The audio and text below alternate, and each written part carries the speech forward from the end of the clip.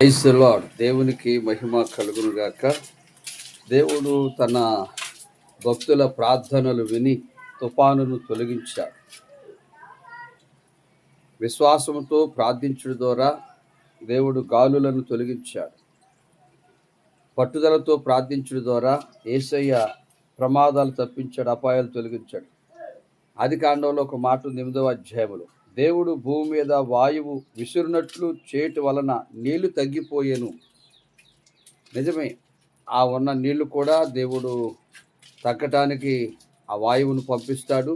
రెండవది, భూమికి సెలవిస్తే ఆ భూమి ఆ నీళ్లను మృంగేస్తుంది. కాబట్టి విశ్వాసంతో ప్రార్థించండి. దేవుడు గొప్ప తుఫాను తొలగించినందుకు, దేవుడు ప్రళయమును తొలగించినందుకు యేసయ్యకే మహిమ కలుగును గాక, యేసయ్యకే ఘనత కలుగును గాక. కాబట్టి యేసుక్రీస్తునందు విశ్వాసం ఉంచి ప్రార్థించండి. ప్రార్థన వ్యర్థము కాదు. విశ్వాస సహితమైన ప్రార్థన తుఫాను తొలగించిందని దైవజనుడిగా నమ్ముతున్నాను. 3 రోజులు చేసిన ప్రార్థనలు దేవుడు అంగీకరించి ఈరోజు మంచి ఎండనిచ్చాడు, ఈరోజు మంచి వాతావరణం ఇచ్చాడు. దేవునికి మహిమ కలుగును గాక. ప్రార్థించిన ఆత్మీయులకు, ప్రార్థన పరులకు యేసుక్రీస్తు నామములో వందనాలు.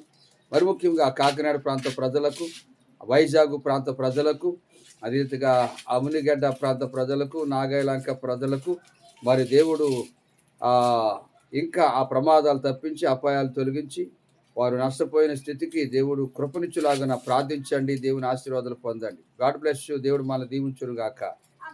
ఆమేన్.